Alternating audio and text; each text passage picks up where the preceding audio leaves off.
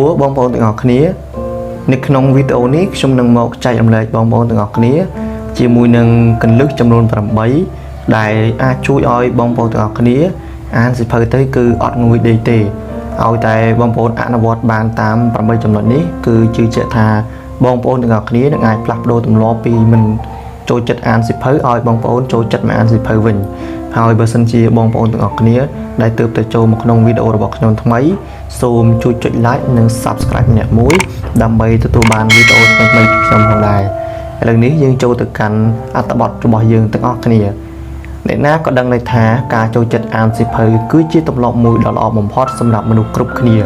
ជាពិសេសគឺសិស្សនិស្សិតតែម្ដងក្រៅពីផ្ដល់ចំណេះដឹងថ្មីៗការអានសៀវភៅភាសាបរទេសក៏មានប្រយោជន៍ជួយពង្រឹងសមត្ថភាពភាសាបរទេសរបស់អ្នកផងដែរគ្រាន់តែថាឲ្យតែរៀបកាន់សៀវភៅអានម្ដងទម្លាប់ខ្ជិលវាតែងតែបង្ហាញខ្លួនតើគួរធ្វើយ៉ាងណាដើម្បីអាចយកឈ្នះលបងខ្ជិលនេះបានចំណុចទី1អានសៀវភៅដែលខ្លួនចូលចិត្តសៀវភៅមានច្រើនប្រភេទណាស់ហើយសុទ្ធតែមានប្រយោជន៍បើអ្នកធុញទ្រាំនឹងការអានសៀវភៅបែបវិទ្យាសាស្ត្រហើយយល់ថាជាក្បាលគួរជ្រើសរើសប្រភេទសៀវភៅដូចជាសៀវភៅបែបចំណេះដឹងទូទៅវប្បធម៌ឬសៀវភៅរឿងនិទានជាដើមចាប់ផ្ដើមទម្លាប់របស់អ្នកជាមួយនឹងអ្វីដែលអ្នកចូលចិត្តវាល្អជាងការដែលអ្នកដាក់សម្ពាធលើខ្លួនឯងចំណុចទី2កំណត់ពេលអានក្រោយពេលរើសបានសៀវភៅដែលខ្លួនពេញចិត្តហើយចាប់ផ្ដើមកំណត់ពេលអានដើម្បីជៀសវាងទម្លាប់សឹមនិងតំអក់អ្នកអាចអានសៀវភៅក្រោយពេលញ៉ាំអាហារក្រោយពេលសម្រាកបាយថ្ងៃត្រង់មុនពេលចូលគេងឬពេលណាក៏បានដែរតែត្រូវប្រកាសក្នុងចិត្តថាក្នុងមួយថ្ងៃយ៉ាងហោចណាស់ត្រូវចំណាយពេលឲ្យបាន5ទៅ10នាទីចុះនៅក្នុងការអានសៀវភៅយូរទៅអ្នកនឹងអាចអភិវឌ្ឍខ្លួនឯងទៅចំណាយពេលលើវាច្រើនជាងនេះក៏បាន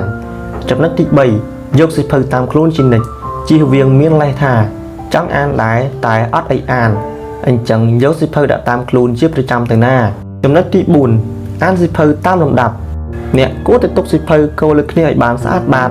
រួចទាញវាមកអានតាមលំដាប់ព្យាយាមអានតែសៀវភៅមួយក្បាលឲ្យចប់សឹមអានសៀវភៅមួយក្បាលទៀតកុំអាននេះបន្តិចអាននោះបន្តិចអីព្រោះអ្នកអាចនឹងមិនជក់ចិត្តនៅក្នុងសៀវភៅដែលអ្នកកំពុងអានឬអាចវង្វេងក៏ថាបានចំណុចទី5ជ្រើសរើសទីតាំងអានវាសំខាន់ណាស់ដែលអ្នកត្រូវអង្គុយនៅកន្លែងត្រជាក់ស្រួលខ្លួននិងស្ងប់ស្ងាត់ដើម្បីប្រមូលផ្ដុំអារម្មណ៍អានសៀវភៅបានល្អតែបើយល់ល្អគួរណាតែកុំកេងអានសៀវភៅអីព្រោះវានឹងអាចជួយឲ្យអ្នកងងុយគេងជាក់ជាមិនខានចំណុចទី6កាត់បន្ថយការប្រើប្រាស់គ្រឿងអេឡិចត្រូនិកព្យាយាមកាត់បន្ថយពេលមើលទូរទស្សន៍ឬលេង Facebook រួចទៅអានសៀវភៅវិញអ្នកគួរយល់ថាការប្រើប្រាស់មធ្យោបាយកម្សាន្តទាំងនោះច្រើនពេកអាចធ្វើឲ្យអ្នក stress ទៅវិញទេមានតែសៀវភៅទេដែលអាចជួយឲ្យអ្នកទទួលបានអារម្មណ៍ស្ងប់បានចំណុចទី7ស្វែងរកសៀវភៅឲ្យបានច្រើនព្យាយាមស្វែងរកសៀវភៅថ្មីនិងគួរឲ្យចាប់អារម្មណ៍នៅតាមបណ្ណាល័យឬកន្លែងលក់សៀវភៅផ្សេងដើម្បីឲ្យអ្នកស្គាល់សៀវភៅល្អៗបានច្រើនព្រោះបើកាលណាកំពុងតែអានសុកស្រាប់តែអស់សៀវភៅអានទម្លាប់ខ្ជិលរបស់អ្នកនឹងត្រឡប់ឡើងមកវិញចំណុចទី8ដាក់គោលដៅនេះគឺជារឿងចាំបាច់មួយក្នុងការលើកទឹកចិត្តខ្លួនឯងឲ្យអានសៀវភៅដោយកំណត់ថាតើត្រូវបញ្ចប់សៀវភៅប៉ុន្មានក្បាលក្នុងរយៈពេល1សប្តាហ៍